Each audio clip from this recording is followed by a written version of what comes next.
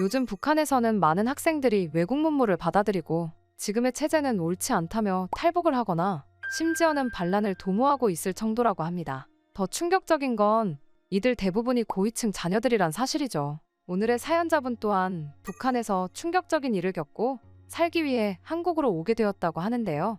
대체 북한에서 무슨 일이 일어나고 있는 건지 오늘의 사연 바로 시작합니다. 안녕하세요. 저는 탈북민 리수진이라고 합니다. 한때 북한 노동당 핵심 간부의 딸로 호화로운 생활을 했었죠. 물론 그 일이 일어나기 전까지는 말입니다. 평양 창광거리의 고급 아파트에서 자란 저는 일반 주민들과는 전혀 다른 삶을 살았습니다. 하지만 이런 특권에는 그만큼 무서운 통제와 감시가 따랐습니다. 이것을 처음 깨달은 건 초등학교 때였어요. 어느 봄날 제 가장 친한 친구였던 도경이가 갑자기 사라졌습니다. 불안한 마음으로 며칠을 보내던 중 아버지를 통해 충격적인 소식을 듣게 되었죠. 도경이네 가족이 남한 영상이 담긴 USB를 보았다는 이유로 숙청되었다는 거예요. 절대 이런 일이 우리 집안에는 일어나지 않게 해라. 아버지의 목소리에는 흔들림이 없었어요.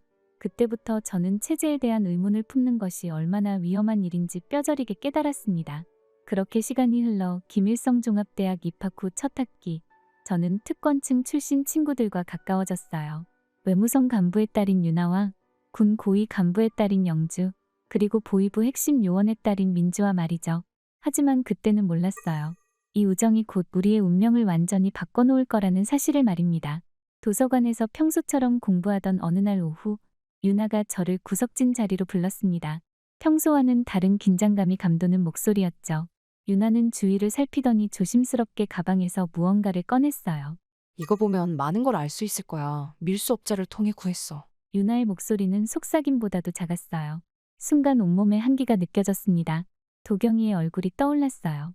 도경이가 사라지기 전날 마지막으로 보여준 그 환한 미소가 제 마음을 찢어놓았죠. 안 돼, 이런 건 너무 위험해. 우리 모두 죽을 수 있어. 제 목소리가 떨렸습니다. 하지만 유나는 포기하지 않았어요. 민주도 합류해서 저를 설득하기 시작했습니다. 보위부의 감시망에 구멍이 있어. 내가 확인했어. 민주의 말에는 확신이 서려 있었죠. 영주마저 저를 설득하려 나섰어요. 수진아, 우리가 배운 게 전부 진실이 아닐 수 있어. 한 번은 봐야 하지 않을까? 영주의 진지한 눈빛이 저를 흔들어 놓았습니다. 저는 며칠을 고민했어요. 밤마다 잠을 이루지 못했죠. 도경이의 얼굴이 자꾸 떠올랐지만 동시에 알 수 없는 강한 호기심이 제 마음을 갉아먹었습니다. 결국 저는 친구들의 제안을 받아들였어요. 기숙사 화장실 맨 안쪽 칸. 우리는 그곳에서 노트북을 펼쳤습니다. 화장실 물소리로 위장한 채 떨리는 손으로 USB를 연결했어요. 처음 본 영상은 서울의 거리 풍경이었습니다. 번화가의 밝은 네온사인들, 사람들로 가득 찬 카페들, 최신 스마트폰을 들고 다니는 젊은이들. 거짓말이야. 저도 모르게 탄식이 나왔습니다. 북한에서는 남한이 미국의 식민지가 되어 굶주림에 시달린다고 배웠는데 화면 속 남한은 완전히 달랐어요. 더 충격적인 것은 대학생들의 모습이었습니다.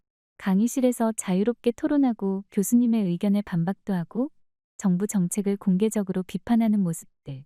우리에겐 상상조차 할 수 없는 광경이었죠. 그리고 마지막으로 본 것은 탈북자들의 증언이었어요. 그들이 말하는 북한의 실상은 제가 알고 있던 것과 너무나 달랐습니다.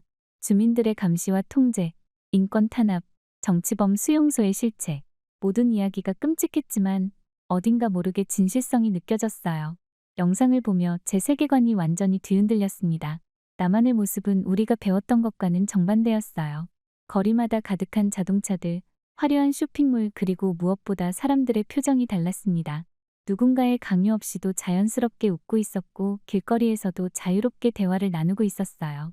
식량이 부족해 굶주린다던 남한의 시장은 오히려 물건으로 넘쳐났고 사람들은 자유롭게 물건을 골라 구매하고 있었습니다. 대형마트의 풍성한 진열대를 보며 우리가 배웠던 기아에 시달리는 남한이라는 이야기가 완전한 거짓말이었음을 깨달았죠. 그날 밤 저는 오랫동안 잠들지 못했습니다. 머릿속에서는 계속해서 영상 속 장면들이 맴돌았어요. 처음에는 이 모든 게 거짓이라고 생각했습니다. 남한이 선전용으로 만든 가짜 영상일 거라고요. 하지만 영상 속 사람들의 자연스러운 모습들, 특히 탈북자들의 생생한 증언을 들으며 제 확신은 서서히 무너져갔어요. 그러다 결국 사건이 터지고 말았죠. 이런 의심과 혼란 속에서 며칠을 보내고 있을 때 갑자기 학교 분위기가 달라졌습니다. 보이부 요원들이 예고도 없이 기숙사에 들이닥쳐 모든 방을 뒤지기 시작했어요. 책상 서랍부터 옷장, 심지어 침대 매트리스 아래까지 샅샅이 뒤졌죠. 학생들은 하나둘 불려가 신문을 받았고 그중 일부는 돌아오지 못했습니다. 복도에서는 외국 문물 단속이라는 말이 떠돌았어요. 그리던 어느 날 아침 영주가 사라졌습니다. 전날 밤까지 도서관에서 함께 공부하던 영주는 평소와 다름없이 내일 아침에 보자 라고 인사했는데 다음날 그의 책상은 텅 비어 있었습니다. 기숙사 방으로 달려갔지만 영주의 침대는 이미 정리되어 있었고 개인 물품들도 모두 사라져 있었어요. 마치 처음부터 그곳에 아무도 없었던 것처럼요. 불길한 예감에 유나와 민주를 찾아갔습니다. 우리는 도서관 구석진 자리에 모였어요. 어젯밤에 누군가 영주의 방에 들어가는 걸 봤어. 민주가 떨리는 목소리로 말했습니다. 보이부 요원들이었던 것 같아. 검은 옷을 입고 있었고 소리 없이 움직였어. 그 말을 듣는 순간 우리 모두의 얼굴에서 핏기가 싹 가셨습니다. 심장이 터질 것처럼 뛰었고 손끝은 얼음장처럼 차가워졌어요. 누군가 우리를 지켜보고 있을지 모른다는 생각에 등줄기로 식은땀이 흘렀습니다. 우리도 시간 문제야. 유나가 속삭였어요. 도서관의 고요함이 갑자기 무서워졌습니다. 책장 사이로 보이는 그림자 하나하나가 우리를 감시하는 눈처럼 느껴졌어요. 말없이 서로를 바라보는 우리의 눈빛에는 깊은 공포가 서려 있었습니다. 그날부터 우리는 마치 유령처럼 살았어요. 평소와 똑같이 행동하려 노력했지만 복도를 지나는 발자국 소리에도 깜짝깜짝 놀랐고 누군가 이름을 부를 때마다 심장이 멎는 것 같았습니다. 밤에는 악몽에 시달렸고 아침에 눈을 뜰 때마다 오늘은 내가 사라지는 날일까 두려웠어요. 특히 무서웠던 건 수업 시간이었습니다. 교수님이 출석을 부를 때마다 가슴이 조여들었어요. 혹시 영주의 이름이 불리고 아무도 대답하지 않는 그 순간이 올까봐. 하지만 영주의 이름은 출석부에서도 이미 사라져 있었습니다. 마치 처음부터 그런 학생은 없었다는 듯이요. 그때 비로소 깨달았어요. 도경이가 사라진 것은 단순히 USB를 받기 때문이 아니었다는 것을. 이채재는 진실을 알아가는 것 자체를 두려워하고 있었던 거예요. 그래서 조금이라도 의심의 눈초리를 보이는 사람들을 없애버리는 것이었죠. 밤마다 식은땀을 흘리며 깨어났습니다. 매일 아침 거울을 보며 평소처럼 생활하는 연습을 했고 수업 시간에는 더욱 열심히 필기를 했어요. 하지만 이제 제 눈에는 모든 것이 달라 보였습니다. 강의실의 초상화들, 찬양가 소리, 끊임없이 울려 퍼지는 선전방송. 이 모든 것이 거대한 거짓말처럼 느껴졌어요. 영주가 사라진 후 저와 유나, 민주는 더 이상 평범한 삶으로 돌아갈 수 없다는 것을 깨달았습니다. 매일 밤 잠들기 전 내일 아침에 눈을 뜰 수 있을지 두려워했죠. 창밖으로 보이는 평양의 불빛들이 마치 감옥의 감시등처럼 느껴졌습니다. 도서관 구석에서 우리는 조심스럽게 이야기를 나누기 시작했어요. 이대로는 우리도 결국. 유나의 말이 채 끝나기도 전에 우리는 서로의 눈빛만 봐도 무슨 뜻인지 알 수 있었습니다. 탈북, 그 말은 차마 입 밖으로 꺼낼 수 없었지만 우리 모두의 마음속에 자리 잡고 있었죠. 다행히도 영주는 우리에게 몇 가지 중요한 정보를 남겨두었습니다. 군 고위 간부의 딸이었던 영주는 국경 경비에 취약한 시간대와 교대 타이밍을 알고 있었어요. 그는 이런 정보들을 암호화된 메모로 남겨두었고 민주가 그것을 해독할 수 있었습니다. 새벽 4시에서 5시 사이가 가장 취약해. 민주가 메모를 해독하며 말했습니다. 교대 시간이라 경비병들의 주의가 분산되거든. 특히 음력 초하루에는 더 그래. 보이부 요원의 딸이었던 민주는 이런 정보의 정확성을 판단할 수 있었죠. 영주가 남긴 정보를 바탕으로 우리는 구체적인 탈출 계획을 세워나갔습니다. 새벽 4시에서 5시 사이가 국경 경비가 가장 취약한 시간이라는 점, 특히 음력 초하루에는 경비가 더욱 느슨해진다는 사실을 알게 되었죠. 민주는 보이부의 감시망을 교란하는 방법을 세세하게 연구했고 유나는 자신의 인맥을 총동원해 믿을 만한 탈북 브로커를 찾아냈습니다. 저는 가짜 신분증 제작을 맡았습니다. 아버지의 서재에서 몰래 가져온 관임과 도장으로 서류를 위조했어요. 특히 국경 지역으로 이동할 때 필요한 통행증을 만드는 일이 가장 까다로웠죠. 실수 한 번이 목숨과 직결될 수 있었기에 밤새워 연습하고 또 연습했습니다. 민주는 감시망을 피하는 방법을 연구했습니다. 보이부의 순찰 경로, CCTV의 사각지대, 심지어 도청 장치가 설치된 장소까지 파악했어요. 이 시간에는 절대로 휴대전화를 켜면 안 돼. 기지국 추적이 바로 시작될 거야. 민주의 세세한 지시사항은 마치 첩보 영화의 한 장면 같았습니다. 가장 큰 고민은 평양을 빠져나가는 일이었어요. 특권층의 자녀들인 우리의 움직임은 항상 감시 대상이었습니다. 부모님들은 우리가 어디서 무엇을 하는지 항상 알고 싶어 했죠. 심지어 학교에도 우리를 감시하는 사람들이 있다는 걸 알고 있었어요. 시험 기간이야. 유나가 중요한 제안을 했습니다.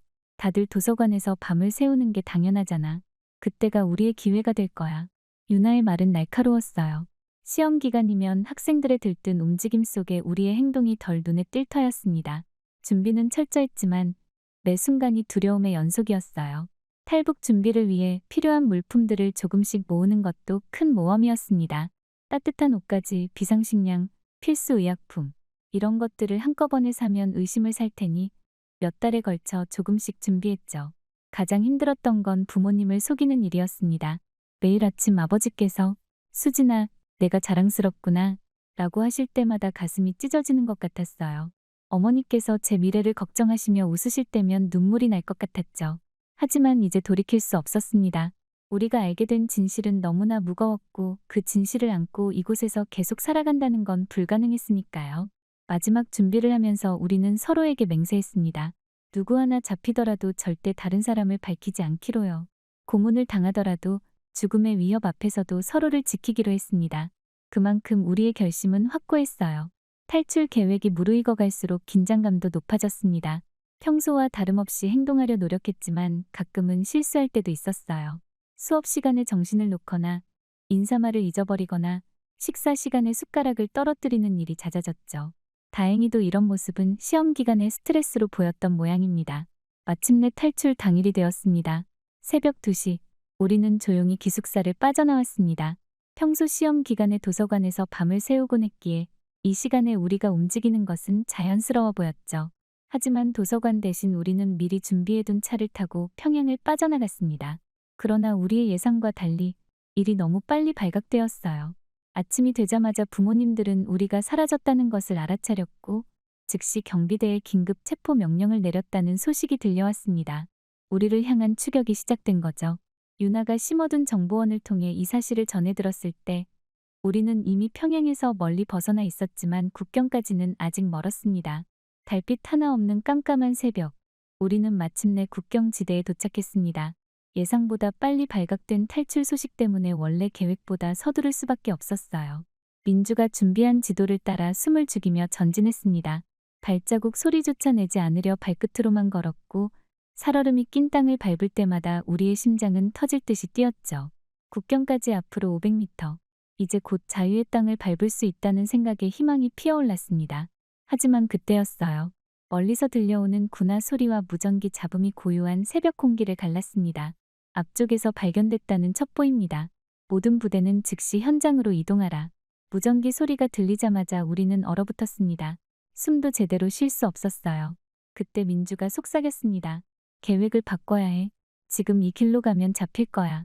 하지만 다른 길은 없었습니다. 오른쪽은 지뢰밭이었고 왼쪽은 경비초소가 있었어요. 유일한 길은 앞으로 달리는 것뿐이었습니다. 우리는 서로의 손을 꼭 잡았어요. 유나의 손이 떨리고 있었고 민주의 이마에는 식은땀이 맺혀 있었습니다.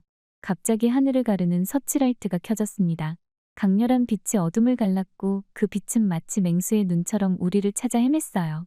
우리는 재빨리 웅크렸지만 이미 늦었습니다. 거기 누구야? 우렁찬 고함과 함께 총성이 울렸습니다. 비명을 지를 겨를도 없이 우리는 전력으로 달리기 시작했어요. 발밑에 돌부리에 걸려 넘어질 듯했지만 서로를 부축하며 앞으로 나아갔습니다. 도망자 발견. 모든 부대 지금 즉시 이동. 뒤에서 들려오는 고함 소리와 발자국 소리가 점점 가까워졌습니다. 이제 우리가 찾던 강이 눈앞에 보였어요. 두만강, 그 차갑고 깊은 물줄기가 우리의 마지막 장애물이자 희망이었습니다. 멈춰. 더 이상 도망칠 수 없다. 뒤에서 들리는 외침을 무시한 채 우리는 강변으로 달려갔습니다. 총알이 귓가를 스치고 지나갔고 발 아래 땅을 튀기며 파고들었어요. 심장이 터질 것 같았지만 멈출 수는 없었습니다. 강가에 도착하자마자 우리는 물속으로 뛰어들었습니다. 하지만 겨울밤 차가운 강물은 상상 이상으로 매서웠어요. 몸이 얼어붙는 것 같았고 숨을 쉬는 것조차 힘들었습니다. 그때였어요. 제 발에 갑자기 쥐가 났습니다. 순간 물살에 휩쓸려 깊은 곳으로 빠져들기 시작했어요. 차가운 물이 입 안으로 들어왔고 팔다리는 점점 무거워졌습니다. 이제 끝이구나 하는 생각이 들 때였습니다. 수진아, 유나가 제 팔을 잡아챘어요. 얼음장 같은 물속에서도 유나의 손은 따뜻했습니다. 그녀는 온 힘을 다해 저를 끌어올렸고 민주도 재빨리 다가와 도왔습니다. 잡아, 저들을 잡아. 강 건너편에서도 경비병들이 우리를 향해 달려오는 것이 보였습니다. 우리는 마지막 힘을 다해 헤엄쳤어요. 팔다리는 이미 감각이 없었고 옷은 점점 무거워졌습니다. 하지만 포기할 수는 없었어요. 저 강을 건너지 못하면 우리 모두 죽거나 정치범 수용소로 끌려갈 테니까요. 마침내 우리는 중국 쪽 강둑에 도착했습니다. 하지만 아직 안심할 수 없었어요.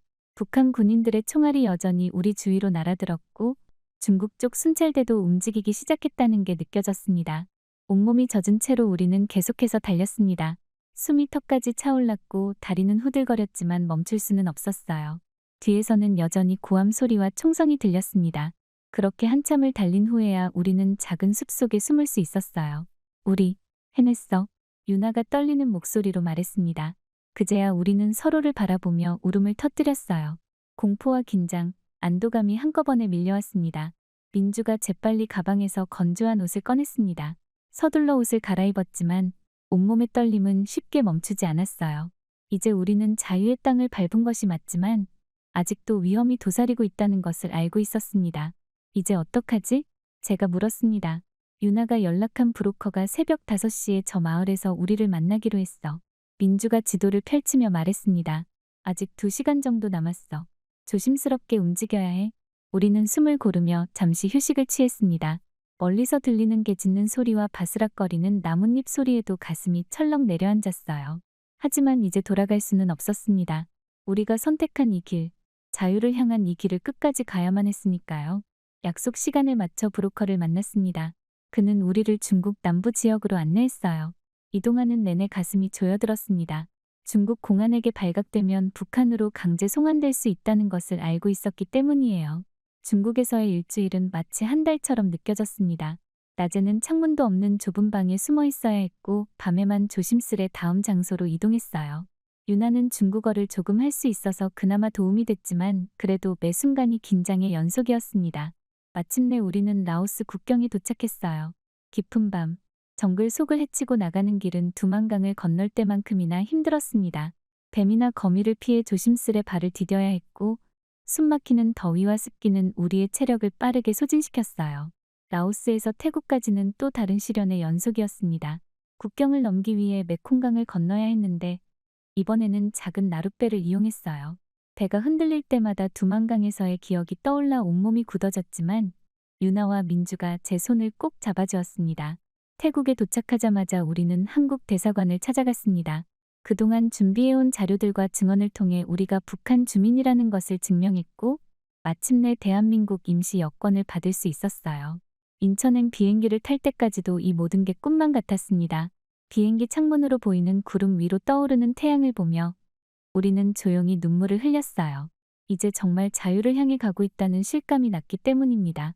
그리고 마침내 인천공항에 도착했을 때 저는 처음으로 대한민국의 공기를 마셨습니다. 비행기에서 내려 입국장으로 향하는 동안 이곳이 정말 제가 그토록 꿈꾸던 자유의 땅인가 하는 생각이 들었습니다. 유나와 민주의 얼굴에도 같은 감정이 어려 있었어요. 입국장에서 우리를 맞이한 것은 국정원 요원들이었습니다. 그들은 우리를 조용히 별도의 통로로 안내했어요. 북한 고위층 자제들의 탈북이라 특별한 보안이 필요하다고 했습니다. 검은색 승합차를 타고 이동하는 동안 서울의 거리가 차창 밖으로 스쳐 지나갔어요. USB에서 보았던 그 화려한 도시가 이제는 눈앞에 현실이 되어 있었습니다. 국정원에서의 조사는 생각보다 길었습니다. 보름 동안 우리는 각자 따로 조사를 받았어요. 처음에는 그 과정이 두려웠습니다. 북한에서의 신문 경험 때문이었겠죠. 하지만 조사관들은 우리를 인격적으로 대우해 주었고 편안한 분위기에서 이야기를 나눌 수 있게 해주었어요. 수진 씨, 여기서는 아무도 당신을 강요하지 않습니다. 하고 싶은 말만 하세요. 처음 조사를 시작할 때 조사관이 한 말이 아직도 기억에 남아있어요. 그 말 한마디에 얼마나 큰 위로를 받았는지 모릅니다. 조사 과정에서 우리는 북한의 정보를 상세히 전달했습니다. 부모님들의 지위, 알고 있는 정책들, 군사시설의 위치 등 우리가 아는 모든 것을 이야기했어요. 이것이 우리가 자유를 얻는 대가라고 생각했지만 조사관들은 그런 정보 제공이 의무가 아니라고 거듭 강조했습니다. 국정원에서의 조사가 끝난 후 우리는 하나원으로 이동했습니다. 하나원은 북한 이탈 주민들의 남한 사회 적응을 돕는 시설이었어요. 처음 도착했을 때는 또 다른 감시 시설이 아닐까 걱정했지만 그런 걱정은 금세 사라졌습니다. 하나원에서의 생활은 마치 새로운 세상을 배우는 것과 같았어요. 가장 놀라웠던 것은 모든 것을 스스로 선택할 수 있다는 점이었습니다. 식당에서는 여러 가지 메뉴 중에서 원하는 음식을 고를 수 있었고 수업도 자신의 관심사에 따라 선택할 수 있었죠. 오늘은 무슨 반찬을 먹을까? 이런 단순한 선택조차 우리에게는 새로운 경험이었습니다. 북한에서는 모든 것이 정해져 있었고 선택이라는 것 자체가 허용되지 않았으니까요. 처음에는 이런 자유로운 선택이 부담스럽기도 했습니다. 잘못된 선택을 할까봐 두려웠거든요. 하나원의 수업들은 우리의 눈을 더욱 크게 뜨게 했습니다. 민주주의와 시장경제의 개념, 인터넷 사용법, 금융교육, 모든 것이 새로웠어요. 특히 은행 계좌를 만들고 카드를 사용하는 방법을 배웠을 때는 이런 게 정말 가능한가 하는 생각이 들 정도였습니다. 컴퓨터 수업 시간에 처음으로 자유롭게 인터넷을 사용해 보았을 때의 충격은 이루 말할 수 없었어요. 세상의 모든 정보가 손끝에서 펼쳐지는 것 같았습니다. 북한에서 우리가 배운 세계관이 얼마나 왜곡되어 있었는지 그때 완벽히 깨달았죠. 선생님, 정말 이렇게 자유롭게 정보를 검색해도 되나요? 제가 조심스레 물었던 기억이 납니다. 당연하죠. 여기서는 자신이 알고 싶은 것을 마음껏 찾아볼 수 있어요. 선생님의 대답은 단순했지만 저에게는 큰 울림으로 다가왔습니다. 직업 선택의 자유도 신선한 충격이었어요. 하나원에서는 적성 검사를 통해 각자에게 맞는 진로를 찾도록 도와주었습니다. 북한에서는 국가가 모든 것을 결정했는데 여기서는 제가 정말 하고 싶은 일을 선택할 수 있다는 사실이 믿기지 않았어요. 때로는 이런 자유가 부담스럽기도 했습니다. 너무 많은 선택지 앞에서 우왕좌왕하기도 했고 가끔은 북한에서처럼 누군가가 결정해주기를 바란 적도 있었어요. 하지만 시간이 지날수록 이런 선택의 자유가 얼마나 소중한 것인지 깨달았습니다. 하나원의 상담사 선생님은 이런 감정이 자연스러운 것이라고 말씀해 주셨어요. 갑자기 주어진 자유는 때로는 무거운 짐처럼 느껴질 수 있어요. 하지만 그 자유를 통해 여러분은 진정한 자아를 찾아갈 수 있을 거예요. 유나, 민주와 저는 매일 밤 모여 그날의 경험을 나누었습니다. 때로는 웃고 때로는 울면서 우리가 겪어온 변화들을 이야기했어요. 북한에서 배운 것들이 얼마나 큰 거짓이었는지 그리고 이제 우리 앞에 펼쳐진 가능성이 얼마나 큰지에 대해 이야기하면서 우리는 조금씩 새로운 삶에 대한 자신감을 키워갔습니다. 특히 인상 깊었던 것은 하나원에서 만난 다른 탈북민들의 이야기였어요. 각자의 사연은 달랐지만 자유를 찾아 목숨을 건 탈출을 감행했다는 점에서는 모두 같았습니다. 그들의 이야기를 들으며 우리는 혼자가 아니라는 사실에 큰 위로를 받았어요. 하나원에서의 12주가 끝나갈 무렵 우리는 많이 달라져 있었습니다. 더 이상 선택이 두렵지 않았고 자유라는 것이 낯설지 않게 되었어요. 이제는 정말로 새로운 삶을 시작할 준비가 되었다는 확신이 들었습니다. 하나원을 나온 지 어느덧 5년이 지났습니다. 처음 자유를 맛보았던 그 순간이 마치 어제 일처럼 생생한데 우리는 각자의 자리에서 단단히 뿌리를 내리고 있었습니다. 저는 북한인권재단에서 인권운동가로 일하고 있습니다. 처음에는 막연히 북한의 실상을 알려야겠다는 생각뿐이었지만 점차 구체적인 목표가 생겼습니다. 특히 북한 주민들의 정보 접근권에 관심을 가지게 되었어요. 제가 USB 하나로 진실을 알게 되었던 것처럼 더 많은 북한 주민들이 세상의 진실을 알 권리가 있다고 생각했기 때문입니다. 국제 포럼에서 연설할 때면 가끔 떨리기도 합니다. 하지만 제 이야기에 귀 기울이는 청중들을 보며 이것이 제가 해야 할 일이라는 확신이 듭니다. 얼마 전에는 유엔 인권이사회에서 증언할 기회도 있었어요. 그곳에서 저는 북한의 인권 실태를 고발하고 국제사회의 관심과 지원을 호소했습니다. 유나는 탈북민들을 위한 특별한 의료 지원 시스템을 만들어가고 있습니다. 간호대학을 졸업하고 응급실에서 일하면서 유나는 많은 탈북민들이 의료 시스템을 이용하는데 어려움을 겪는다는 사실을 발견했어요. 언어의 장벽뿐만 아니라 북한과 다른 의료 문화 때문에 발생하는 문제들이었죠. 처음 병원에 왔을 때의 두려움과 혼란을 잊을 수 없어요. 유나는 자주 이렇게 말합니다. 그래서 저와 같은 경험을 하는 사람들이 없었으면 해요. 유나는 이제 탈북민 전문 의료 상담사로도 활동하고 있습니다. 의료진과 탈북민 사이의 다리 역할을 하면서 그들이 적절한 치료를 받을 수 있도록 돕고 있어요. 민주는 IT 기술을 활용해 북한에 몰래 정보를 전달하는 일을 하고 있습니다. 보이부 요원의 딸이었던 경험을 살려 북한의 감시망을 우회하는 방법을 연구하고 있죠. 그가 개발한 암호화된 통신 시스템은 이미 많은 탈북민들이 북한에 있는 가족들과 연락하는 데 사용되고 있어요.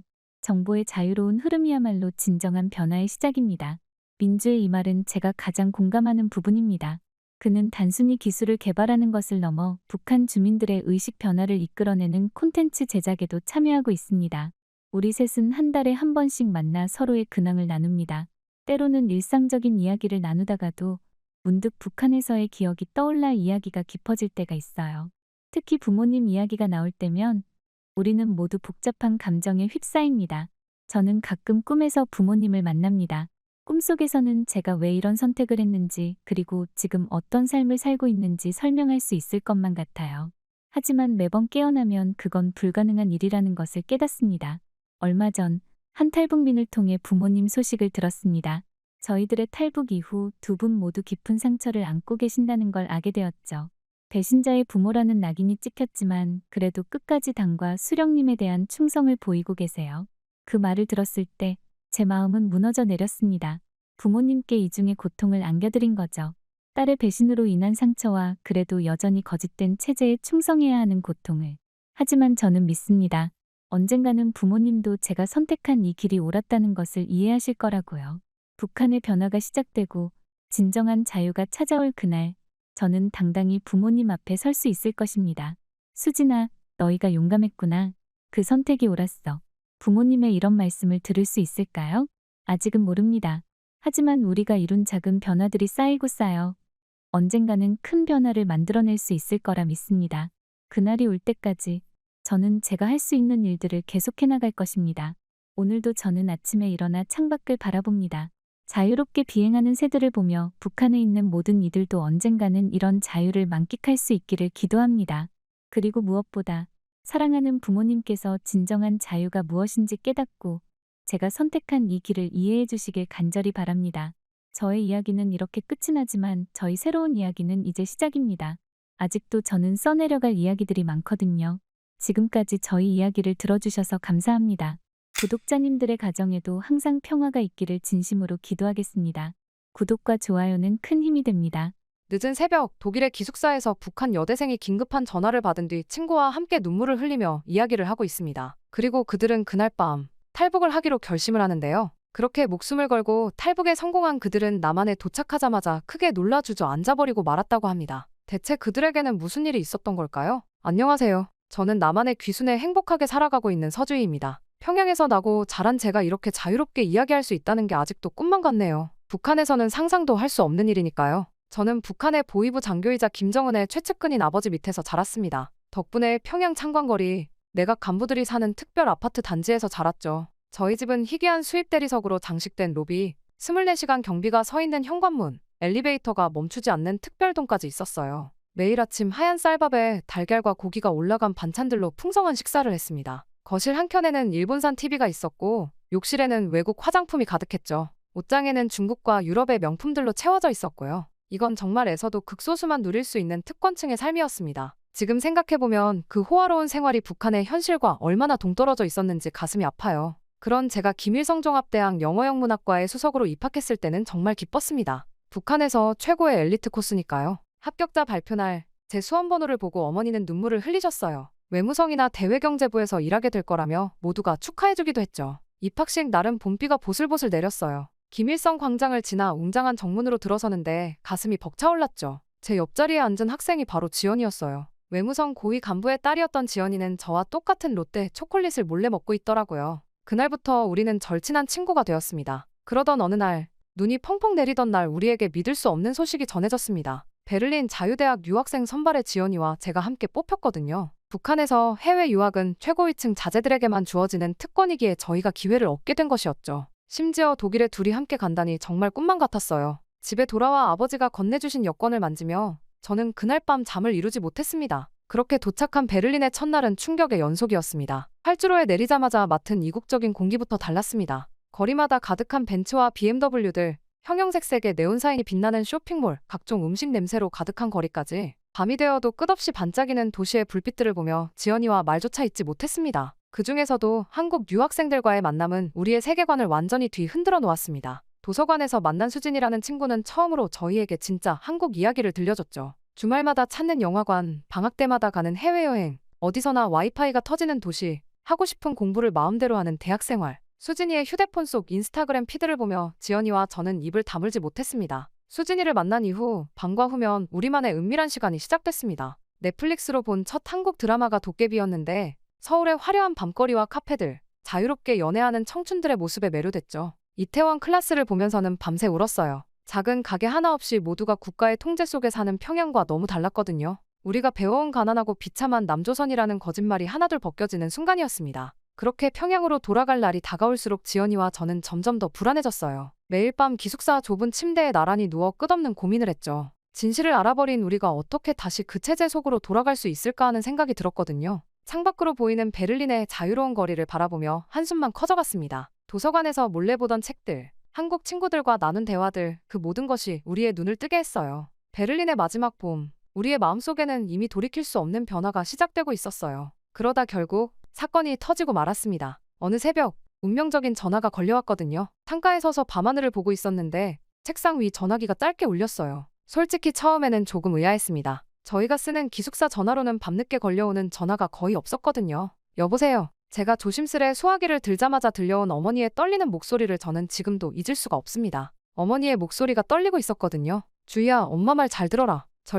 절대로 평양으로 돌아오면 안 된다. 순간 심장이 멎는 것 같았어요. 아버지가 반역자로 몰릴 위험에 처했어. 지금 상황이 심각해? 어머니의 한마디가 망치처럼 가슴을 내려쳤습니다. 어머니는 빠르게 말씀하셨어요. 이미 독일 현지에서 신뢰할 수 있는 브로커를 구했다고. 그가 며칠 안에 저와 접선할 거라고 하시더군요. 그 사람의 안내를 따라 한국 대사관으로 가거라. 엄마도 곧 다른 방법을 찾아갈게. 전화는 그렇게 끊겼습니다. 수화기를 내려놓은 제 손이 떨려왔어요. 창밖은 여전히 조용했지만 제 세상은 순식간에 무너져 내리고 있었죠. 그때 잠들어 있던 지연이가 졸린 눈을 떴습니다. 주희야, 무슨 일 있어? 아마도 제가 서성이는 소리에 깼나 봐요. 지연이의 걱정스러운 눈빛을 보자 눈물이 왈칵 쏟아졌습니다. 저도 모르게 모든 걸 털어놓고 말았어요. 우리 아버지가 반역자로 몰릴 수도 있대. 흐느끼며 말하는데 지연이가 조용히 제 손을 잡았습니다. 사실 나도 비슷한 소식을 들었어. 그 말에 저는 깜짝 놀라 지연이를 쳐다봤어요. 우리 아버지도 위험한 상황이래. 얼마 전에 삼촌한테 연락이 왔었어. 지연이의 눈 또한 이미 촉촉해져 있더군요.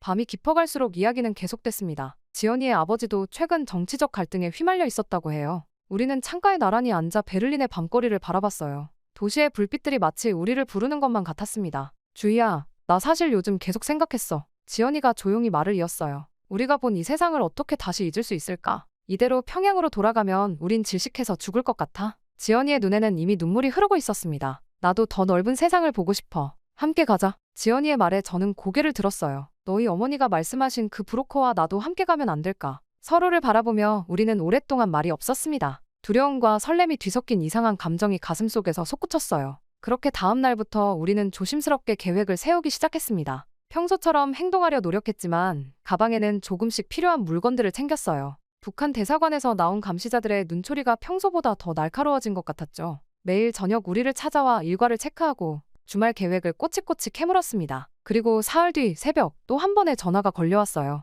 어머니였습니다. 내일 오후 3시 포츠담 광장의 카페 블루버드로 가거라. 검은 모자를 쓴 남자가 있을 거야. 전화는 그렇게 끝났지만 이번에는 어머니의 목소리가 조금 더 단단했어요. 그리고 그날 밤 지연이와 저는 잠들지 못했습니다. 서랍 속에 숨겨둔 여권을 만지작거리며 이야기를 나눴어요. 우리가 정말 이러기로 한 게 맞을까? 지연이가 작은 목소리로 물었습니다. 돌이킬 수 없는 선택이 될 텐데. 저는 지연이의 손을 꼭 잡았어요. 우리한테 이게 마지막 기회일 것 같아. 이 순간을 놓치면 영영 후회하게 될 것 같아. 창밖으로 별들이 반짝였습니다. 평양에서도 보던 같은 별들인데 오늘따라 더 밝게 빛나는 것 같았어요. 내일이면 우리 완전히 다른 사람이 되는 걸까? 지연이의 물음에 저는 대답하지 못했습니다. 그저 서로를 바라보며 앞으로 올 폭풍우 같은 시간들을 준비했어요. 베를린에 깊어가는 밤, 우리의 인생이 완전히 바뀌려는 순간이었습니다. 그리고 다음 날 아침이 밝아오자마자 일상적인 감시가 시작됐습니다. 북한 대사관에서 파견된 김관리관이 매일 아침처럼 기숙사에 들러 우리의 동향을 체크했어요. 평소와 다름없는 표정을 지으려 했었지만 심장은 마구 뛰고 있었죠. 오늘 오후에 대사관에서 중요한 회의가 있습니다. 두 사람 다 참석하시기 바랍니다. 관리관의 말에 지연이와 저는 순간 눈빛을 교환했어요. 평양에서 급히 내려온 귀국 명령이 있을 거라는 소문이 파다했거든요. 그렇게 시계는 어느덧 2시 30분을 가리키고 있었습니다. 포츠담 광장의 블루버드 카페까지는 30분이면 충분한 거리였지만 우리는 이미 몇 시간 전부터 준비를 마쳤어요. 평소처럼 책가방을 메고 도서관에 가는 것처럼 자연스러운 모습을 연출했죠. 기숙사를 나서는 순간부터 제 등줄기로 식은땀이 흘렀습니다. 건물 앞 벤치에 항상 앉아있던 정보원은 오늘도 어김없이 신문을 보는 척하고 있었어요. 저희는 평소처럼 가볍게 목례를 하고 지나쳤지만 그의 시선이 우리를 좇는 게 느껴졌습니다. 그렇게 지하철역으로 향하는 길, 문득 뒤를 돌아보니 낯익은 검은 양복 차림의 남자가 보였습니다. 대사관에서 종종 보던 얼굴이었죠. 지연아, 미행이야. 제가 작은 소리로 속삭이자 지연이도 눈치챘다는 듯 고개를 끄덕였습니다. 그래서 우리는 급히 계획을 바꿨어요. 지하철 대신 버스를 탔고 예정에 없던 쇼핑몰도 들렀습니다. 화장실을 들락날락하며 미행을 따돌리려 했었죠. 마침내 포츠담 광장 근처에 도착했을 때는 미행이 보이지 않았습니다. 하지만 안도하기엔 이르다는 걸 곧 깨달았어요. 기차역 방면에서 유학생 감시 책임자인 교육관이 걸어오고 있었거든요. 그와 마주친 순간 잠깐만, 곧바로 외침이 들렸습니다. 그리고 우리는 본능적으로 달리기 시작했어요. 복잡한 광장을 비집고 달리면서도 카페 블루버드를 필사적으로 찾았죠. 마침내 발견한 카페로 들어가자 검은 모자를 쓴 남자가 자리에서 일어났습니다. 빨리 저를 따라오세요. 그가 독일어로 말했어요. 우리는 주저없이 그를 따라 카페 뒷문으로 빠져나왔습니다. 골목을 몇 개 돌아 주차장에 도착하자 검은색 BMW가 기다리고 있었죠. 저는 마티아스입니다. 차에 오르자마자 그가 유창한 한국어로 말했어요. 앞으로 24시간이 가장 중요합니다. 절대 제 지시에서 벗어나지 마세요. 그렇게 차는 베를린 외곽으로 향했고 우리는 뒷좌석에서 숨죽이며 앉아 있었습니다. 차가 도시를 벗어나는 동안 마티아스는 라디오로 계속 무언가를 체크했어요. 북한 대사관에서 이미 수색을 시작했습니다. 하지만 걱정하지 마세요. 독일 경찰도 상황을 알고 있어요. 그의 말에 약간의 안도감이 들었지만 여전히 심장은 쿵쾅거렸습니다. 그리고 해가 저물 무렵 우리는 한적한 교회의 작은 집에 도착했어요. 오늘은 여기서 하룻밤을 보내야 합니다. 내일 아침 일찍 한국 대사관으로 갈 거예요. 마티아스가 현관문을 열자 소박하지만 깨끗한 실내가 보였습니다. 그리고 주희 씨 어머님께서 이것도 전해달라고 하셨어요. 마티아스가 건넨 봉투 안에는 현금과 함께 짧은 편지가 들어있었어요. 딸아, 이제 너의 인생을 살아라. 엄마 아빠가 반드시 너를 찾아갈게. 글씨가 흐릿한 걸 보니 눈물을 흘리며 쓰신 것 같았습니다. 그날 밤 저는 결국 한숨도 자지 못했어요. 지연이와 저는 작은 침대에 나란히 누워 서로의 손을 꼭 잡은 채 날이 밝기를 기다렸습니다. 주희야, 우리 정말 대단한 일을 하고 있는 거지? 지연이의 떨리는 목소리에 저도 모르게 눈물이 흘렀어요. 새벽녘, 마티아스가 우리를 깨웠습니다. 서둘러요. 한국 대사관까지 가는 길이 가장 위험할 겁니다. 차에 오르자마자 무전이 울렸어요. 북한 정보원들이 미텔슈트라세 근처에서 발견됐습니다. 우회로로 가야 해요. 한국 대사관이 보이기 시작했을 때 거리에서 수상한 움직임이 감지됐습니다. 저기 북한 요원들이 있어요. 하지만 걱정 마세요. 독일 경찰들이 이미 대기하고 있습니다. 마티아스의 말이 끝나기도 전에 경찰차 사이렌이 울렸어요. 우리는 재빨리 대사관 문을 통과했습니다. 한국 국기가 펄럭이는 순간 처음으로 안도감이 밀려왔어요. 대사관 직원들이 우리를 따뜻하게 맞아주었고 망명 신청 절차가 즉시 시작됐죠. 대사관 분들은 놀라울 정도로 신속하게 움직였습니다. 우리는 임시 보호시설로 이동했고 경찰의 삼엄한 경비 속에 망명 심사가 진행됐어요. 그렇게 일주일 후 우리는 한국행 비행기 티켓을 받았습니다. 비행기에 오르는 순간 솔직히 실감이 나지 않았어요. 창밖으로 보이는 베를린의 마지막 풍경을 바라보며 지난 시간들이 주마등처럼 스쳐 지나갔습니다. 그때 지연이가 제 손을 꼭 잡았어요. 우리 이제 진짜 자유의 나라로 가는 거야. 이후 오랜 시간의 비행 끝에 인천공항이 보였습니다. 활주로에 착륙하는 순간 지연이와 저는 서로를 바라보며 울음을 터뜨렸어요. 기장이 인천국제공항에 도착했습니다. 라고 안내방송을 할 때는 온몸에 전율이 흘렀죠. 입국장을 지나는 동안 다리가 후들거렸어요. 그토록 동경하던 자유의 땅, 대한민국. 처음 맡아보는 공기, 처음 들어보는 한국말의 소리, 모든 것이 새로웠습니다. 입국장 밖에는 국정원 직원들이 우리를 기다리고 있었어요. 이제 고향에 오신 겁니다. 그들의 따뜻한 미소를 보는 순간 지연이와 저는 또다시 눈물을 멈출 수 없었습니다. 이제야 정말로 자유를 찾았다는 실감이 났어요. 베를린에서의 우리의 도주국은 그렇게 막을 내렸습니다. 국정원 차량이 우리를 조사실로 안내했습니다. 차창 밖으로 스쳐 지나가는 서울의 모습이 마치 꿈만 같았어요. 베를린에서 보았던 영상과 사진들이 현실이 되어 눈앞에 펼쳐졌으니까요. 조사실에 들어서자 우리를 맞이한 여성 조사관의 모습에 깜짝 놀랐습니다. 무뚝뚝하고 차가운 표정을 예상했는데 따뜻한 미소로 맞아주셨거든요. 힘들었죠? 먼저 따뜻한 차부터 한 잔 드세요. 그 말에 지연이와 저는 서로를 바라보며 눈물을 참았어요. 테이블 위에는 귤과 초콜릿이 놓여 있었고 구석에는 작은 히터도 틀어져 있었죠. 여기서 편하게 이야기하면 됩니다. 서두르실 필요 없어요. 차분한 목소리로 우리를 안심시켜주는 조사관을 보며 북한에서 배웠던 악랄한 국정원의 이미지가 순식간에 무너져 내렸습니다.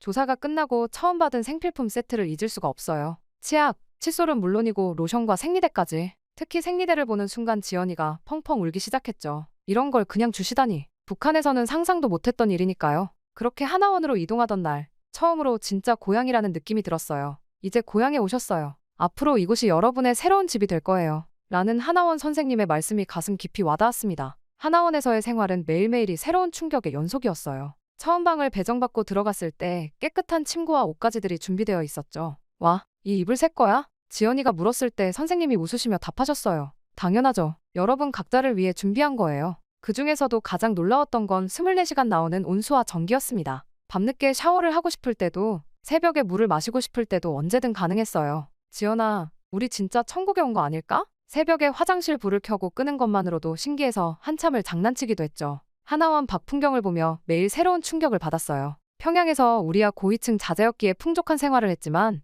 이곳의 풍요로움은 차원이 달랐습니다. 길거리마다 늘어선 고깃집들, 24시간 문을 닫지 않는 편의점들. 저기 봐, 저 식당에서 사람들이 삼겹살을 몇 인분씩이나 시켰어. 평양에서는 특별한 날에만 고기를 파는 구경상점 앞에 긴 줄이 늘어섰는데 이곳에선 길거리마다 고기 굽는 연기가 피어올랐죠. 하나원에서 처음 스마트폰을 받았을 때의 떨림은 아직도 생생합니다. 이게 정말 제 거인가요? 믿기지 않아 몇 번이나 확인했어요. 선생님이 기본적인 사용법을 가르쳐 주셨는데 손가락으로 화면을 두드리고 쓸어내리는 것만으로도 신기했죠. 유튜브에서 보고 싶은 영상을 마음대로 볼 수 있어요. 선생님의 말씀에 지연이와 저는 밤새도록 잠을 이루지 못했습니다. 베를린에서 몰래 보던 한국 영상들을 이제는 당당하게 볼 수 있다니. 매일 밤 새로운 영상을 발견할 때마다 서로를 깨워가며 들뜬 마음을 감추지 못했어요. SNS는 또 다른 세상이었습니다. 인스타그램에서 처음 계정을 만들었을 때 전 세계 사람들과 소통할 수 있다는 게 믿기지 않았어요. 주희야, 우리가 올린 사진에 외국 사람이 좋아요를 눌렀어. 지연이의 환호성이 지금도 귓가에 생생하네요.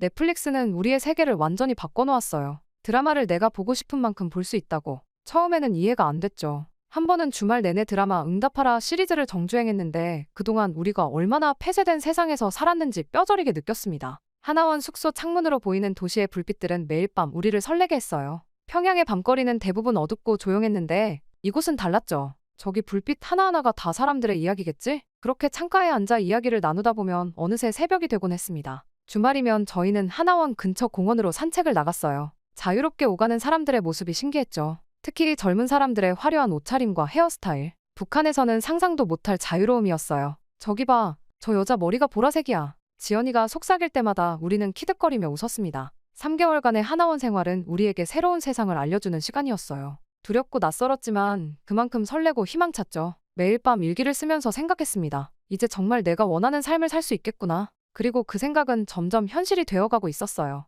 하나원을 퇴소하고 첫 발을 내디딘 서울의 거리는 또 다른 세상이었습니다. 국정원에서 알아봐준 임대 아파트로 가는 길, 지연이와 저는 대형마트에 들르기로 했어요. 생필품을 사러 가봐요. 안내해주신 선생님의 말씀을 듣고 이마트에 들어섰는데 그 순간 우리는 할 말을 잃었습니다. 주희야, 이게 다 진짜야? 지연이가 떨리는 목소리로 물었어요. 입구부터 보이지 않는 끝까지, 천장까지 닿을 듯한 진열대마다 상품들이 가득했습니다. 평양 제1백화점의 몇 배는 될 것 같은 규모였죠. 과일 코너에는 사과, 배, 바나나는 물론이고 처음 보는 과일들까지 산처럼 쌓여 있었어요. 특히 충격적이었던 건 식품 코너였습니다. 이 많은 라면이 다 다른 거라고. 한 줄에만 수십 종류의 라면이 진열되어 있었어요. 평양에서는 상상도 못할 광경이었죠. 과자 코너는 더했어요. 지연이가 고른 과자를 장바구니에 담으며 웃음이 나왔습니다. 우리 평양에서는 이런 과자 하나 살 때도 얼마나 긴 줄을 섰었는데 계산대 앞에서 또 한 번 놀랐어요. 계산원이 없는데 어떻게 계산하는 거죠? 자동 계산대를 처음 봤거든요. 친절한 직원이 사용법을 알려주셨는데 물건을 올려놓기만 하면 자동으로 가격이 뜨는 게 마법 같았습니다. 이런 게 가능하다니. 그날 저녁 우리는 처음으로 스타벅스라는 곳에 갔어요. 평양에도 커피숍은 있었지만 이건 달랐습니다. 주문하신 카라멜 마키아토 나왔습니다. 처음 들어보는 이름의 커피를 마시며 우리는 그저 신기할 뿐이었어요. 카페에 안은 노트북을 펴놓고 공부하는 학생들로 가득했는데 그것도 놀라웠죠. 여기서 이렇게 오래 있어도 되는 거야? 더 놀라운 건 편의점이었어요.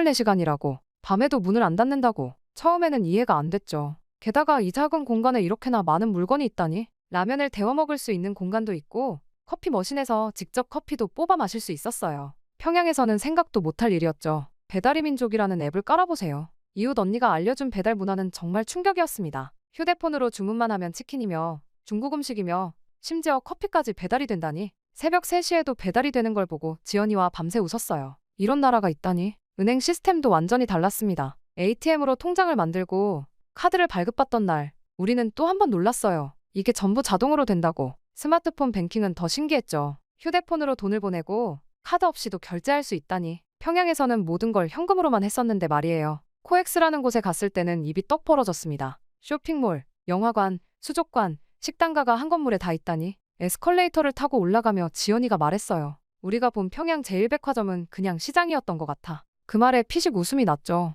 지하철은 또 어떡해요? 평양의 지하철도 웅장하긴 했지만 서울의 지하철은 달랐어요. 실시간으로 열차 도착 정보가 뜨고 환승도 편리했죠. 이 노선도 봐. 거미줄 같아. 지연이의 말처럼 서울 지하철은 도시 곳곳을 그물처럼 연결하고 있었습니다. 버스 정류장의 전광판은 또 다른 신세계였어요. 버스가 언제 오는지 실시간으로 알 수 있다니. 우리는 그냥 무작정 기다렸잖아. 교통카드 하나로 지하철, 버스를 갈아타는 것도 놀라웠죠. 평양에서는 매번 표를 사야 했는데 말이에요. 그러다 한 달쯤 지났을 때 저희는 처음으로 KTX를 타보게 됐습니다. 부산에 있는 하나원 동기를 만나러 가는 길이었어요. 이게 정말 기차 맞아? 역사에 들어서자마자 지연이가 놀란 목소리로 물었죠. 하얀색의 유선형 차체는 마치 비행기 같았어요. 기차에 올라탄 순간부터 믿기지 않는 경험의 연속이었습니다. 푹신한 의자, 넓은 좌석. 그런데 가장 놀라운 건 기차가 움직이기 시작하고 나서였어요. 물 한 방울 흔들리지 않잖아. 테이블 위에 올려둔 생수컵이 전혀 흔들리지 않는 걸 보고 지연이와 연신 감탄사를 내뱉었죠. 창밖으로 스치는 풍경이 너무 빨라서 어지러울 정도였어요.